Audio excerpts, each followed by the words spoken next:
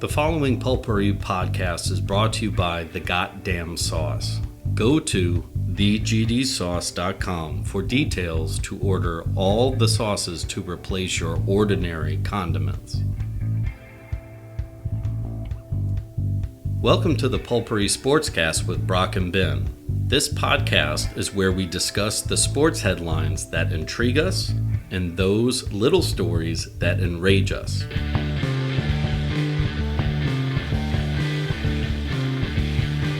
Okay, we won't start with wow. How about that? God damn it, you did it. Yeah, well, I wanted to. All right. Okay, so these notes are a fever dream, like Barbie, which we'll get to later. Yeah. Okay, Spain won the World Cup. Well done, ladies. First time. Yep. Well, I think from the... Or first time for the women. Yeah, definitely. But I was trying to see it. At one point, it got to once Japan, the United States, were out. Anybody, it would have been a first-time World Cup. Yeah. Which is cool. I really wanted Australia to get to the finals, but England had to ruin that, so fuck England again. And then do what they do. men or women, they keep it consistent. Although the women actually won their European championship, unlike the men who lost to Italy. And didn't they win the Olympics too? Yes. Yeah. So I mean, they were one of the favorites going in. So that's, but to get blanked in the final, and they got thoroughly outplayed. Yeah. For large stretches of the match. Well, like what the goal was early on. 20-something minute. Yeah. 20. Yeah. And so Spain was able to go ahead and then hold them off. Well, see, the thing Spain does is pass the ball well, which is what the men's team does, seems the country does. Sure. Triangles and just... So that's all they had to do was keep the ball the rest of the game. And they're fucking really, really good at keeping the ball. And when England had it, they were on top of it. They pressed like psychopaths. Good on them. Good on them. Who did they beat to get there? Sweden? Yeah. Did you see the end of that match? All 3 goals were scored after the 80th minute. Yes. And it was like Spain was winning, Spain was winning, that they scored late, then Australia scored, and then Spain scored 2 minutes later. It was bonkers. I felt bad for Sweden. Yeah. I don't know if I want to get into that rabbit hole of it, but I do. I don't know. I feel Fox did a disservice to women's football this time around. I completely agree. That you had these amazing matches, and even the replays were like at 8 a.m. Yeah. Like you could have. I mean, even the back and forth balls out, like beating France, Australia beating France. After 9 penalties? Yeah. Which is unheard of. That should have gotten a primetime spot. Yes. Like, God forbid you take off it was 0-0 cartoons on a Sunday. Well, for the final they did. They had the whole programming note. Yeah. Due to the World Cup final. See, they do that shit with hockey. They would rather play a kids' TV show than Game 6 of Philadelphia versus the New York Rangers in the playoffs. And yes, Fletcher, I let you know, and got blocked for it. So there's my story. True story. I remember that. So Spain, it's okay. It's a couple of things. They did all of this after 13 girls bounced because they were trying to get equal treatment like the girls here. Yeah. Excuse me. And the Spanish Federation basically told them to go fuck themselves. So 10 of them stayed gone and boycotted, and this manager brought on 10 new girls. Apparently, he's not the easiest to get along with either. Yeah. But they won, and I think he played all 22 players. Impressive. Yeah. I don't think he started the same lineup in any game. Frankly speaking, I mean, it's not a dumb move. No. When you're coming in with an unknown team, keep everybody guessing. Youngest team in the World Cup. Yeah. And, the best player on the planet she's like 19. Yeah. She reminds me of like a Benzema type player. Ooh. Yeah, because Benzema can get down the wing and beat you on the dribble, and he's fast. But he also gets in the middle of the box, and he's always where he needs to be. That's how she was. That's how she scored the goal. And you wonder if the not to get off Spain's triumphant victory, but if the U.S. team had gone that route and been we're gonna invest time on the pitch in our young kids versus. I'm glad the Yankees are finally doing that. We'll get to that in a minute. Yeah, exactly. Italy missed the World Cup again because they relied on the aging veteran. Sure. You can't do that in football. You can't. Well, I mean, we see people like Messi and Ronaldo and Modric and Pirlo. Like, there's a handful of guys that can play like at a high level, much past 32 years old. Yeah. You could do it, right? But you're not. But like you pointed out 2 weeks ago, like Ertz hadn't played in. No. Like really played in like 2 years. Rapinoe, unfortunately, was getting beat. And she was there. I don't know. I think that was more of, hey, come along. Yeah. You're one of the holdovers. Come on. You're outspoken. But yeah, they went the exact opposite. But that, who knows? Because that's also, what that happened this week. The women's coach quit. Yeah. Yeah. So you're going like, well, clearly there's something going on. He got canceled because they lost, and good on them. It's their fault for losing. So he got canceled, and this. Well, who knows? It could be like a Berhalter thing. In 6 months, he'll be back in as the head coach because they can't find somebody else. So good on you, Spain, because I'm not going down there. I'm not going to Berhalter yet. No.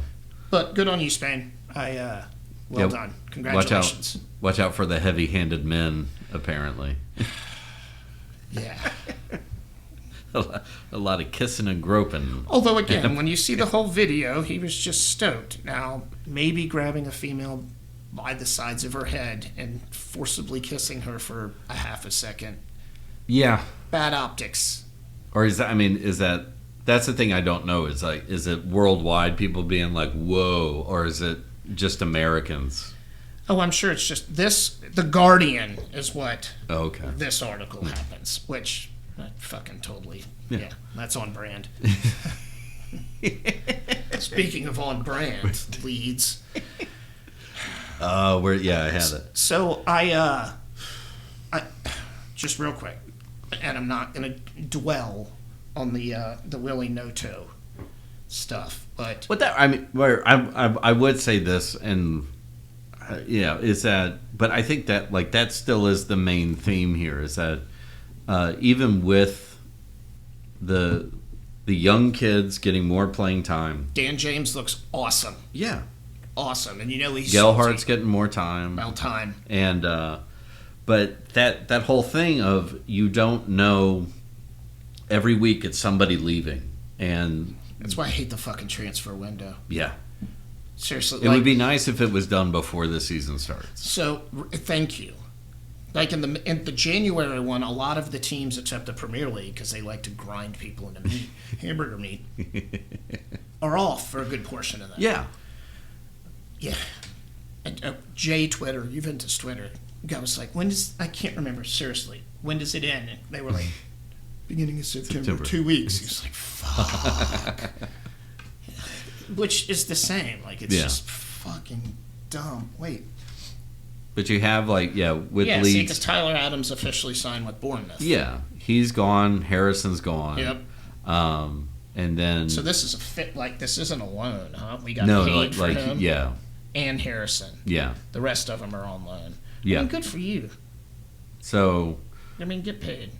Well, and the thing that keeps coming up with Tyler Adams is these other teams are activating that clause. So going back to what I said last week, this is, I guess, was the secret of fuck you from Victor Orta structuring those contracts, and then Razriani signing off on them. $20 million.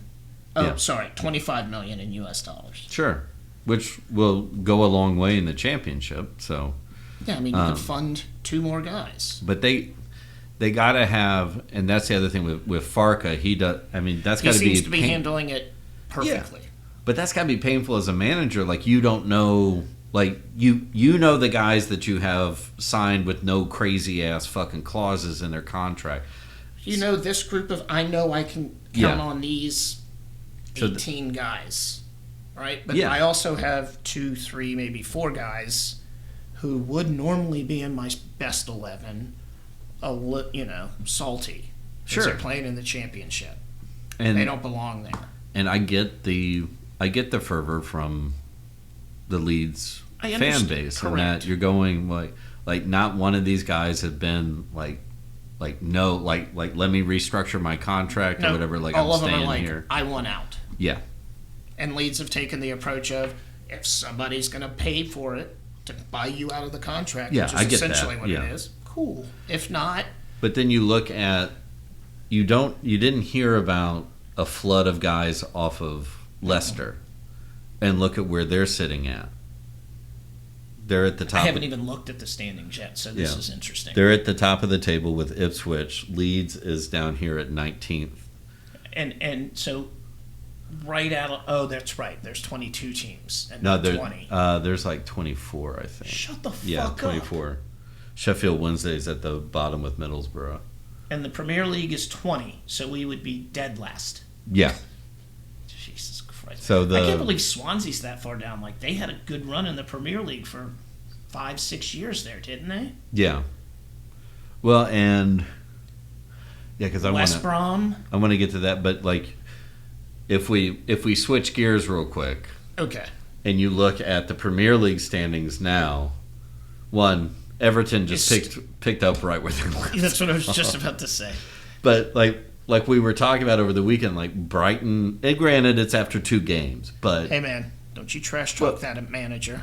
Well, I was gonna say, like, Brighton ended the season really well. It's because I got an Italian manager. Sure. Sorry, I'm not gonna butcher his name. I'm actually gonna look it up. They along with you could put Brighton on the list of the people that Chelsea fucked over and then fucked themselves over. Right. We're going to buy all of your players, and then guess what? They're not going to do it. Well, remember, they poached their manager, and then, he comes in, the Italian manager comes in, carries them through the rest of the season, and he now has them sitting them in the, at least for right now, in Champions League form. He's at the top of the table. Man City might not stay there with De Bruyne.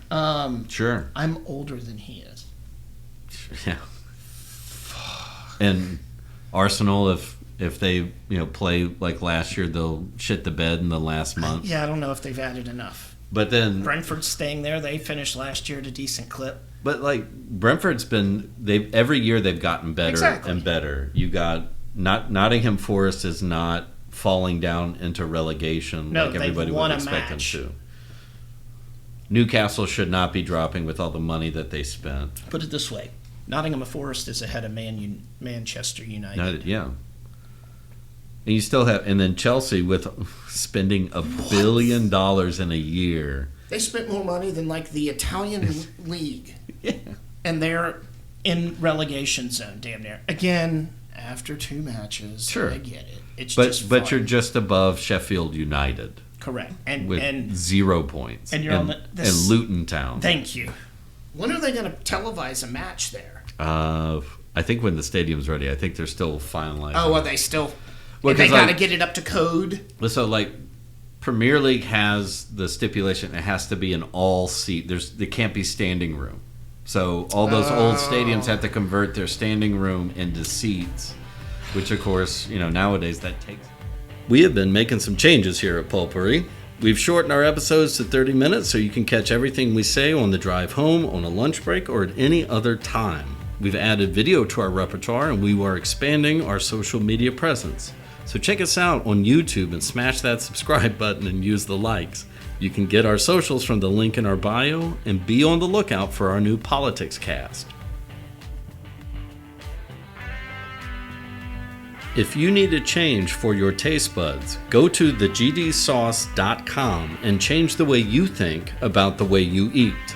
From their signature goddamn sauce to their ghost pepper sauce, they have everything you need to rethink condiments. Help support an independent business by getting rid of your same old condiments and boss up with the goddamn sauces. Somebody better come get my boys. 9 in a row, and I think we're losing tonight. Already? Yeah, in the third inning. I mean, come on now. Rondon's pitching. It's like his first time ever pitching for us. Like, I could write a dissertation on the past 3 years of all of our signings. I mean, think about that. Joey Gallo. We signed Aaron Hicks to a 5-year extension, and he's now playing on the best team in baseball. And playing fairly well. Fuck you. No, we called that, by the way. Oh, of course. Yeah. Of course. Just like Joey Gallo went out west and, like, tore it up for 4 weeks, but, you know, he came back down to earth. He's Joey Gallo. Correct. Yeah. This Rondon, Bader, God, I love him, but he can't stay healthy. No. There were 2 other pitchers. That would be the reason St. Louis let him go, traded him. Severino, we signed him to an extension, and he's in, like, AA or something at this point. Yeah, I was going to say, he's a head case. Right. Yeah. So, like, it was just... Brian Cashman, trash. He is... We talked about it last week. I get it. Aaron Boone, you're done. Like, clearly no one's listening to you. We can't change anything. And then I thought it was interesting. There was at least one former player in the system, maybe 2, that said they have gone from, actually practicing how to hit the ball and all this stuff and catch balls and going strictly to analytics. So it's like, look, there's a guy on second base, and I'm going to throw you a curveball, and I want you to hit. Like, that's not practicing. I mean, I think you're seeing that with a lot of the former top-tier teams. And what happened to scouting is what I want to know. Like, the Yankees won 1 billion championships by scouting old school. Well, the scouts work on numbers now, too. Well, thank you. You just answered my question. Yeah, so they're not sending in people... They're sending in, douchebag accountants. Like, right. Guys who would be normally, if they didn't get a job in the MLB, would be CPAs or working for Lehman Brothers and shit like that. Exactly. If Lehman Brothers still exists, I can't remember. I was going to say, never mind. You don't want to know what I was going to say. Are working for, Jamie Dimon at... Merrill Lynch. Yeah, JP Morgan, Chase, and their investment branch. Doing something. He'll probably have, yeah. But yeah, so those cocaine bros now work for scouting departments because that's what the front office wants. Because even at the College World Series, there were guys out there with guns still. Yeah. Like, what happened to those? Right, the dudes who drink way too much and shower way too little.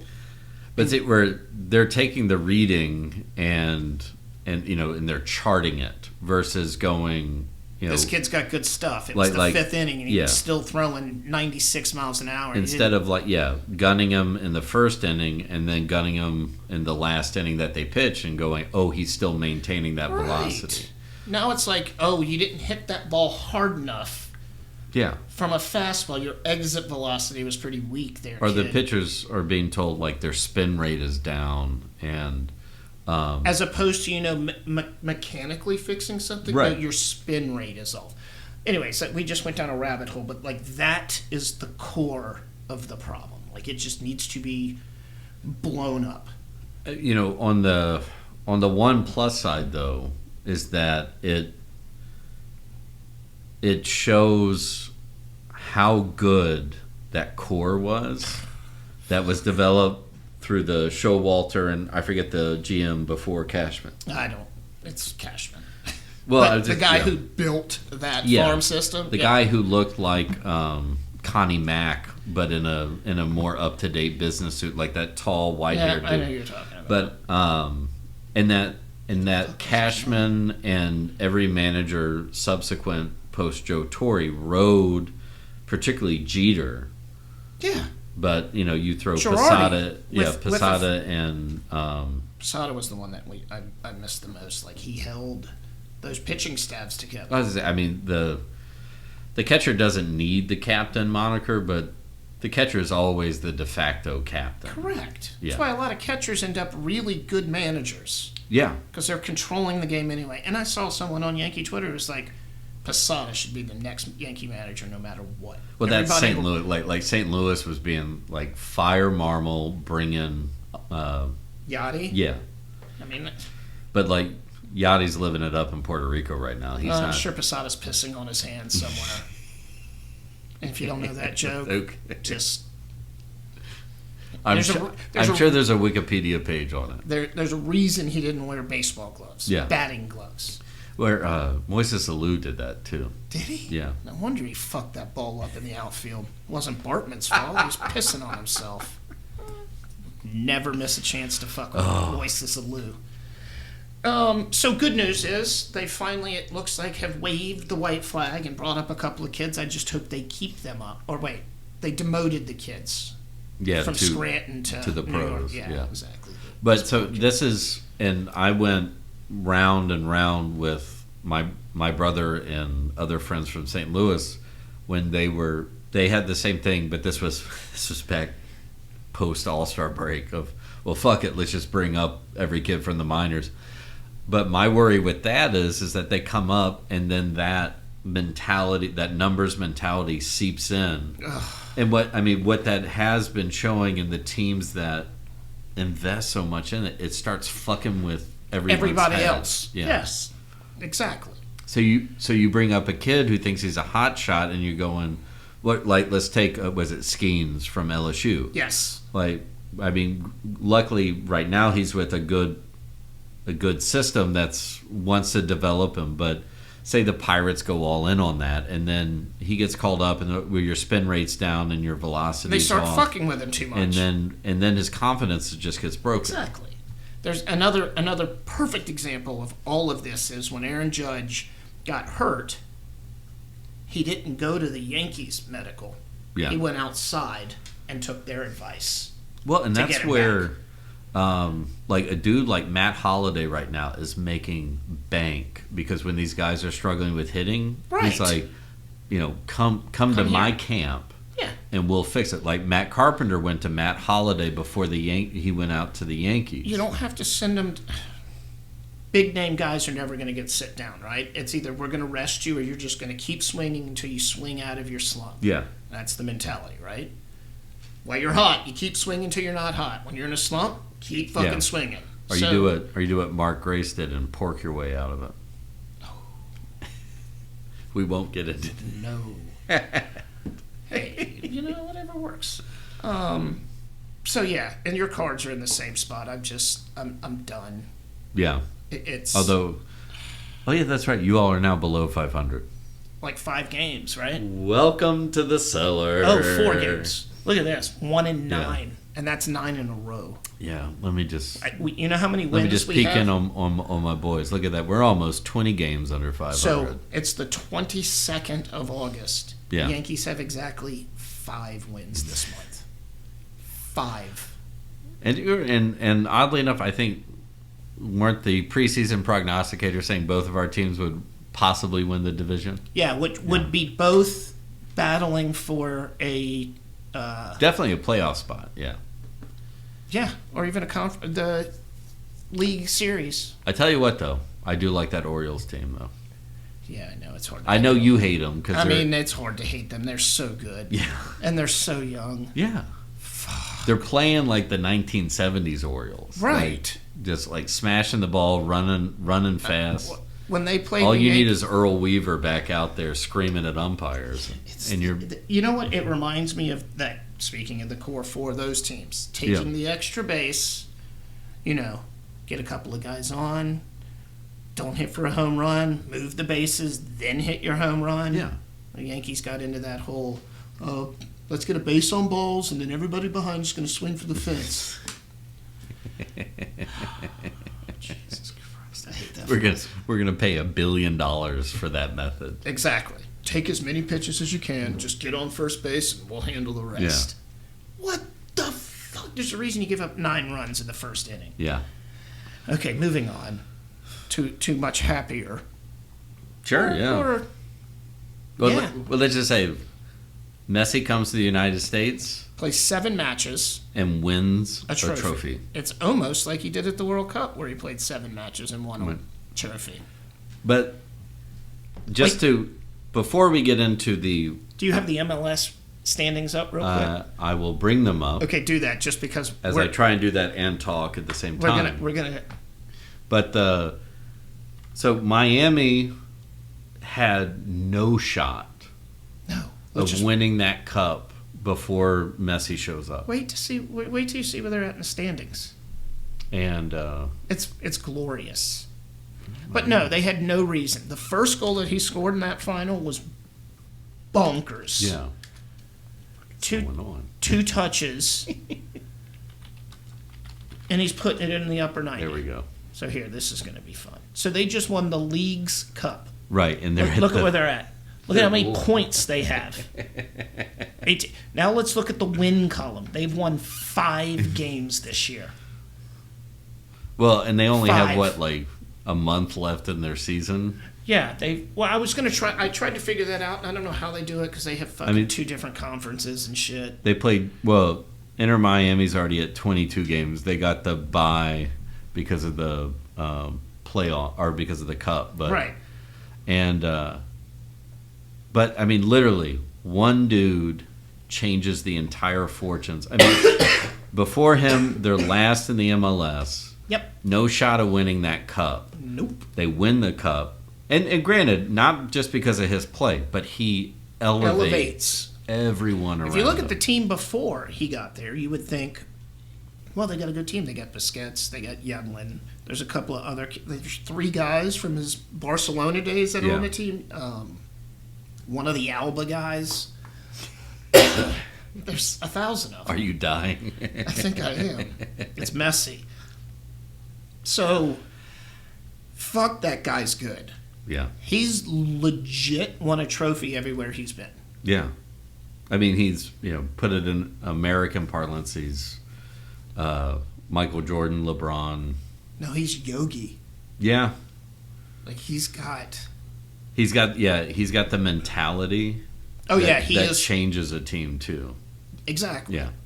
I don't know if it's his calming effect, because he just seems chill. I think it's also, too, that point, if you watch him play, he doesn't overexert himself. I was watching it. It's all about positioning. The wife and Jack, yeah. And it was the brilliance, the beauty of Messi walking around the pitch. Yeah, because he barely breaks a sweat. He's not just walking; he's jogging. But if you look at him, he is constantly looking around him for the open 6 yards, constantly. And then if he gets the ball, it's He knows where everybody's at because Yeah. I've been walking and I see how everybody's moving around me. It's like, I don't know how he does it. He'd make a good manager, probably. Yeah, I don't think his temperament's right for it. Yeah, that's true. Yeah, he's not angry enough. Right. Or assertive enough. When he wants to get assertive, he's just like, guys, give me the fucking ball. Watch this. Yeah. Man, in that goal he scored. He'd make a good director of football operations. How about that? Yeah. He would. And then, so now that MLS kicks back up, again, Inter Miami, completely out of it. I think they've been officially eliminated from the playoffs. But as been reported, like their first game back, 1,000% increase in ticket sales at a visiting stadium. And you're going to see that, and all that's going to do is pump more money back into the teams and the league. Yeah. The following Pulppourri podcast is brought to you by The Goddamn Sauce. Go to thegdsauce.com for details to order all the sauces to replace your ordinary condiments. Pulppourri is a privately produced podcast by Brock Ryder and Ben Grimmie, on social media and photography by Beck Ryder, original music by the Heisenberg Compensators.